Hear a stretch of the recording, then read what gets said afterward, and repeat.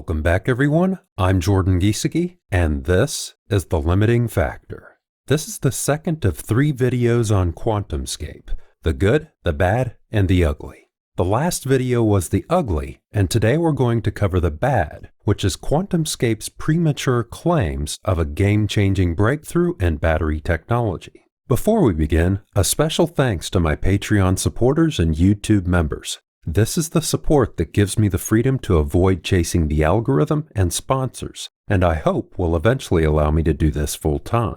As always, the links for support are in the description. First, we need to set the scene. On September 10th, 2020, the Hindenburg Report on Nikola Motors made allegations of fraud that resulted in the resignation of Trevor Milton as executive chair of Nikola. The Hindenburg Report was well constructed with clear and verifiable information that directly contradicted what Nikola was saying publicly. In other words, there was a red-hot example in the sustainable energy space of a company making bold claims that didn't actually have a market-ready product.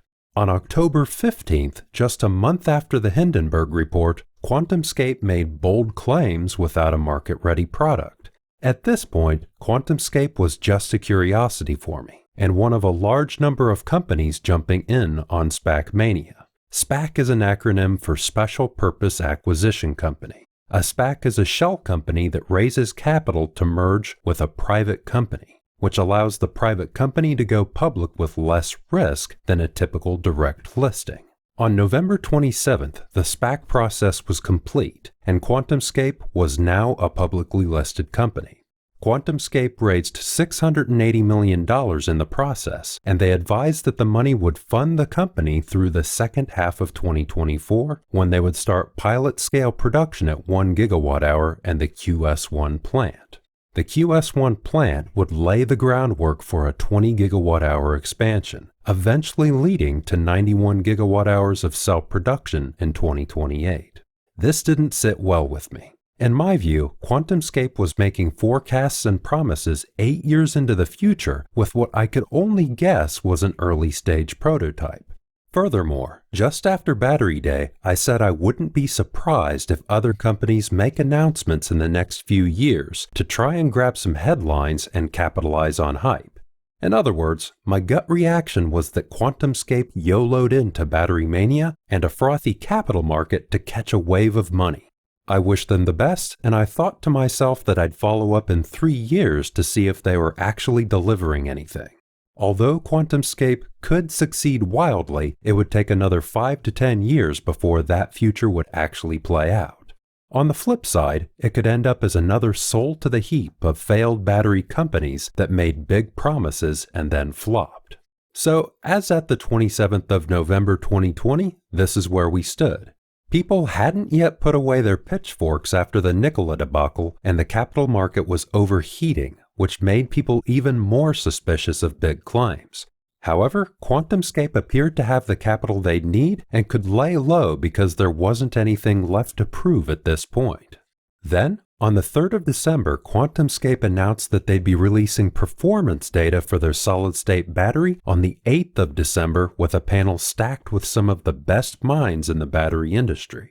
This was a bit of a shock to me. I thought perhaps I'd severely underestimated the company.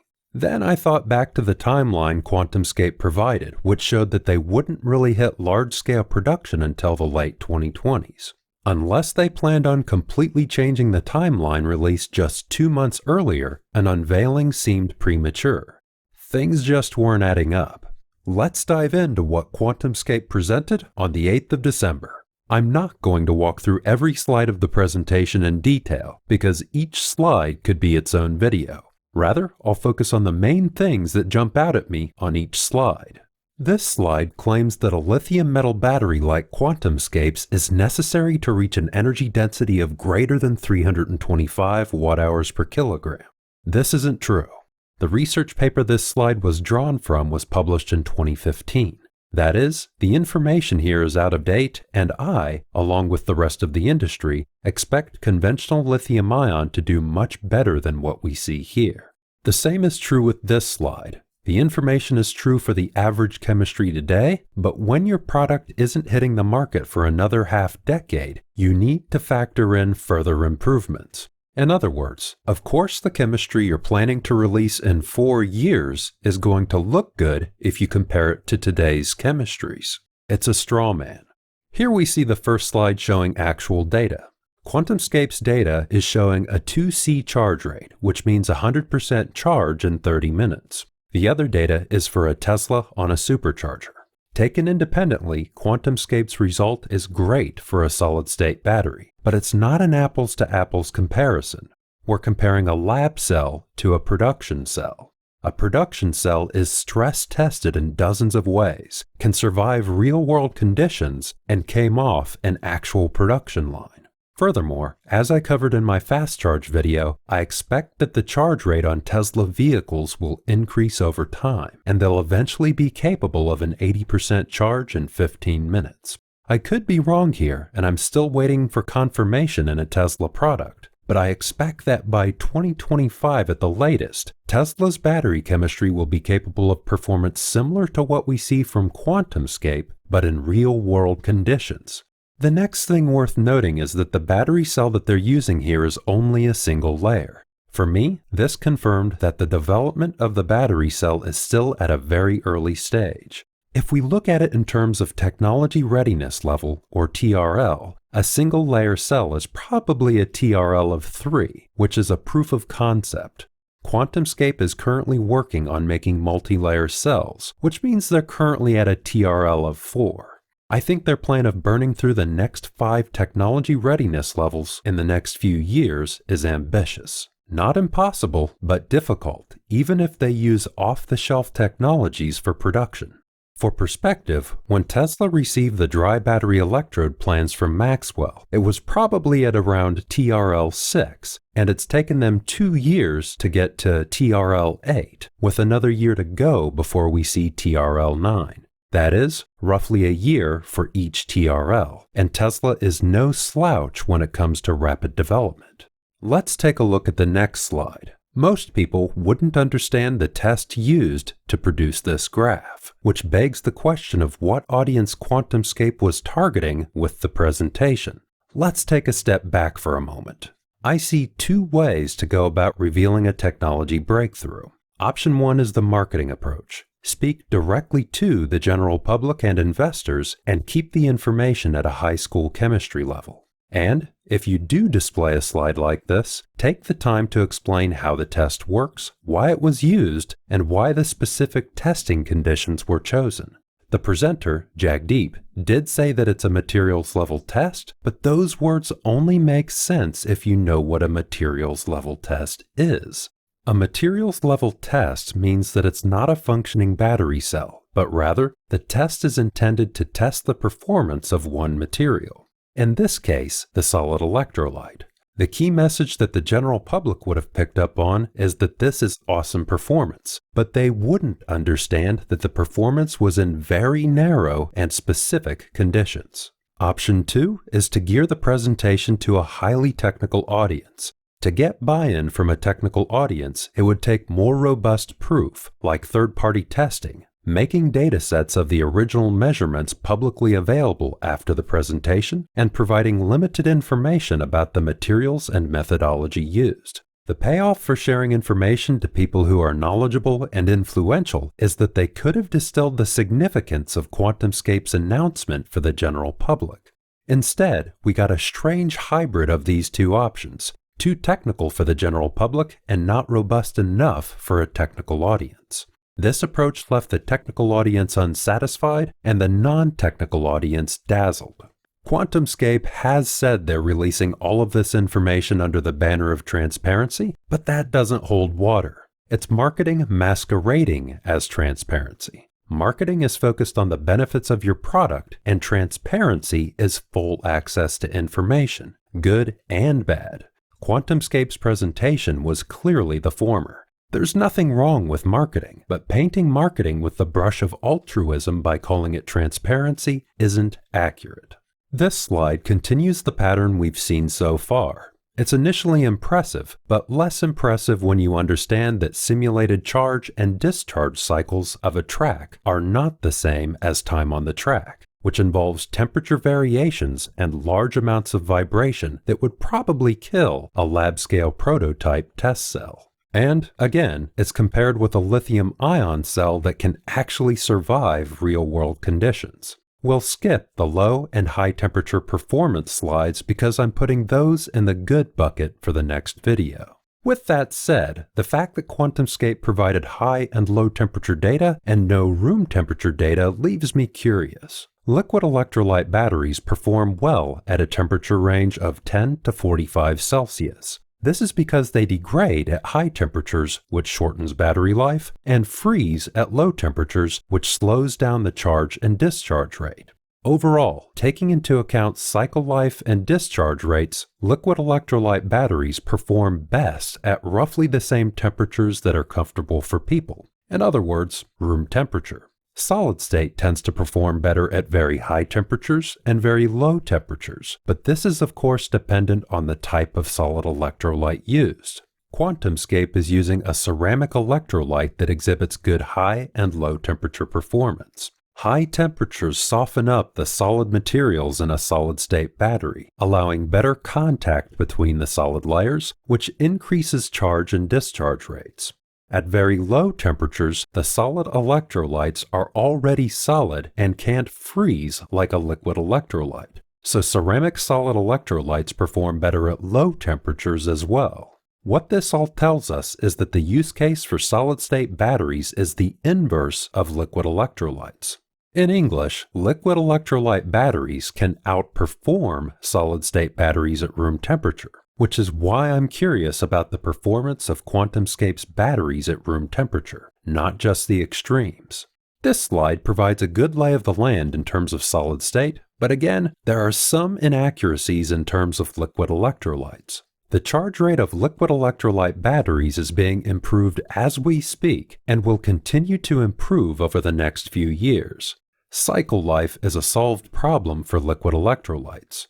Jeff Dahn's batteries are humming away in the lab, logging millions of virtual miles. This brings us to the panel discussion. The panel discussion was mostly glowing and positive. There was some cursory discussion of the challenges, but overall, it felt staged. For example, early in the panel discussion, Dr. Stan Whittingham said it looked like QuantumScape was about to make a breakthrough. At which point, the moderator said, "Stan, you've seen the data here. I think you'd say from the data you've seen here, this does really represent a true breakthrough in the space, right?" Stan responded, "Yeah, I've not seen data this good anywhere else." This exchange didn't sit well with me. The moderator was fishing for compliments that suited the narrative. I would have been more impressed if Stan's original words had been allowed to stand, because they were positive but couched in caution. In other words, it was a professional response. Digging for an even more positive response looked desperate. Furthermore, what was the moderator's definition of breakthrough? I'd want the term defined because it's an abstract and overused word. In my view, it's only a breakthrough if it can actually be scaled and delivered into the hands of customers. My guess is that's why Stan originally said it was nearly a breakthrough.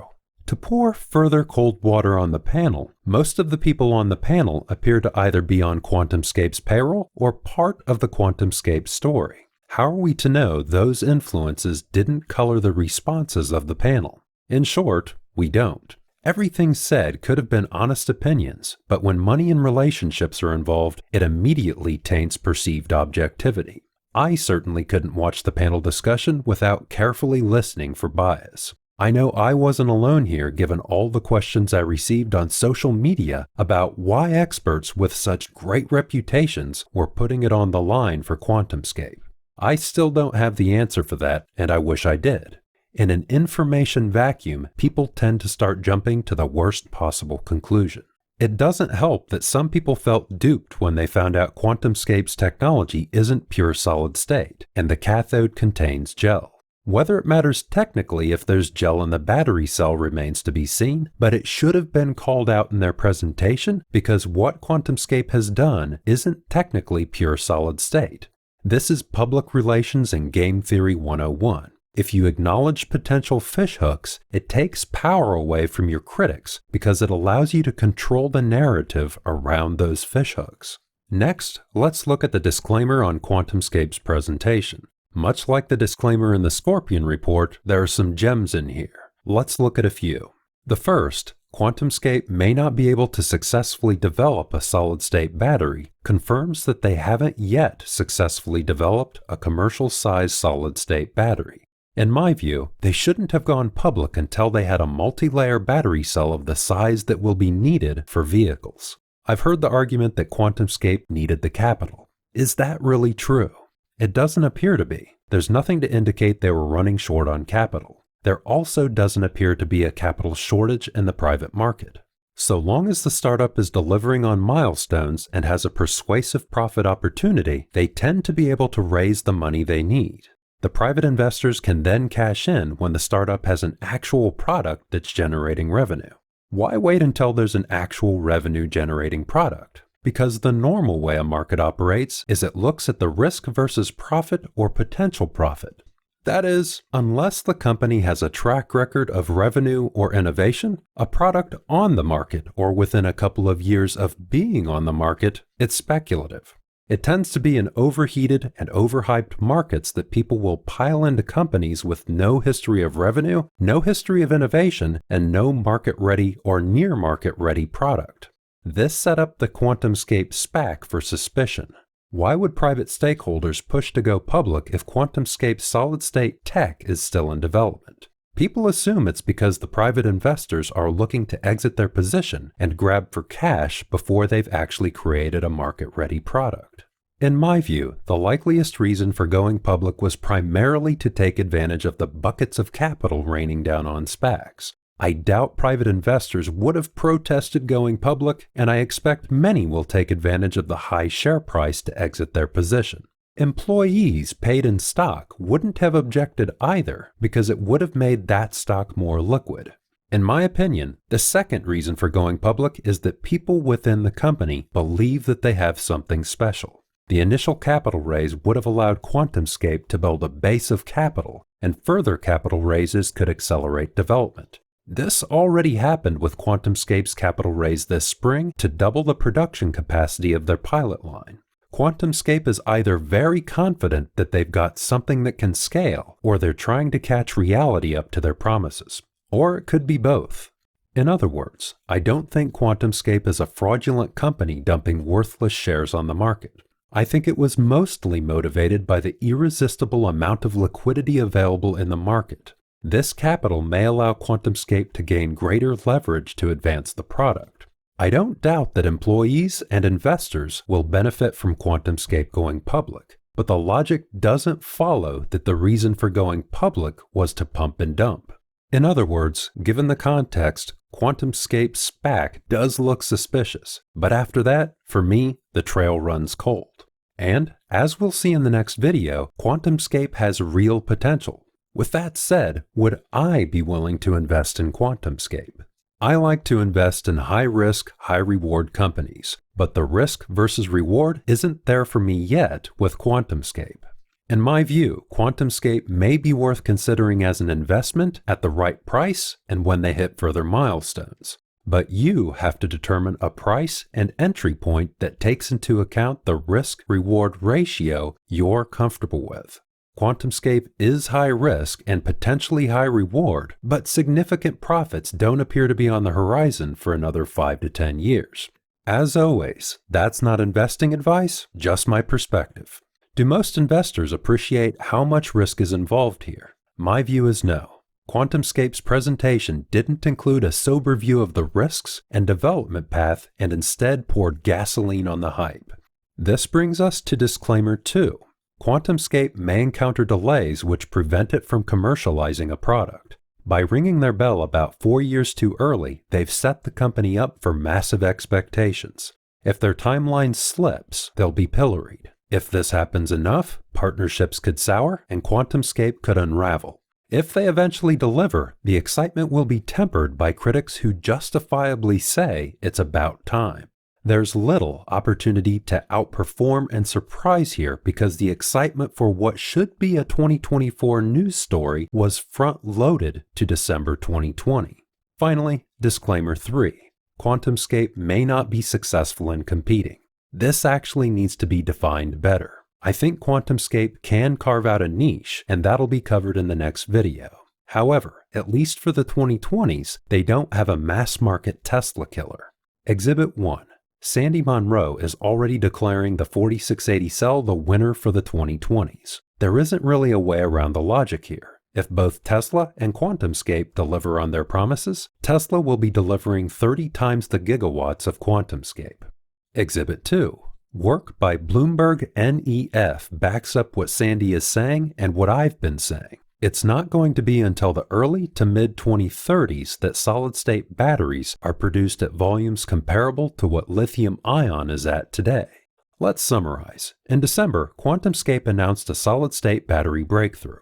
Calling it a breakthrough depends on whether you consider developments at lab scale worthy of being called a breakthrough. Their presentation definitely didn't steelman the liquid electrolyte competition they'll likely see in the mid to late 2020s, and the information that was presented didn't appear to be clearly aimed at the public or academia. This diluted the message from an academic perspective and dazzled the public that wasn't equipped to critically assess the presentation. After the presentation, they had a panel of experts that appeared to be on the company payroll. I've seen several of these panel experts speak in other forums. They were engaging to listen to, and I learned a lot. In this case, it seemed performative. With some of the greatest battery minds out there and a Nobel laureate on the panel, this was a wasted opportunity. It felt like they were using prize-winning racehorses to deliver beer. From an investing lens, there is long-term potential in QuantumScape that'll be covered in the next video, but it's high risk, and the disclaimer clearly lays out those risks. They don't yet have a market-ready product, and if they do develop a product on time, it may be more expensive than what's on the market. If there is a cost premium, that means they'll have to justify the cost premium and find someone who's willing to pay that premium. Engineers and finance experts seem to be in agreement that even if QuantumScape does deliver, solid state isn't going to change the game this decade. If QuantumScape had just quietly executed after getting their funding, I don't think there would be controversy around the company. Instead, they rang the church bells and drove investors into the stock before they had a market-ready product and after they already had the requisite capital. By taking this approach, QuantumScape made a rod for their own back. First, in the mind of the public, they've already claimed victory and success. Now, they have to deliver under the shadow of expectation. Even if they do succeed and become profitable, they've set themselves up for an incredibly stressful half-decade. Second, they threw the barn doors wide open for the Scorpion report covered in the last video. The Scorpion report is a direct result of QuantumScape boldly announcing a breakthrough while not having a market-ready product, in a presentation that didn't consider the audience, in a market where it seems like every company is making a grab for cash, in an industry that had just experienced allegations of large-scale fraud in the form of Nikola. Now that we have a clean slate and a sober view of the Scorpion report and the QuantumScape presentation, we're left with the question of what potential their technology actually holds. In the next video, that's exactly what we'll be looking at. In the longer term, what are the benefits that solid state provides that conventional lithium-ion is unable or unlikely to be able to compete with? If you enjoyed this video, please consider supporting me on Patreon with the link at the end of the video. I'm also active on Twitter. You can find the details in the description, and I look forward to hearing from you. A special thanks to Chris Lenahan, Bill Walsh, Chris Thomas, and Robert Chauval for your generous support of the channel, my YouTube members, and all the other patrons listed in the credits. I appreciate all your support, and thanks for tuning in.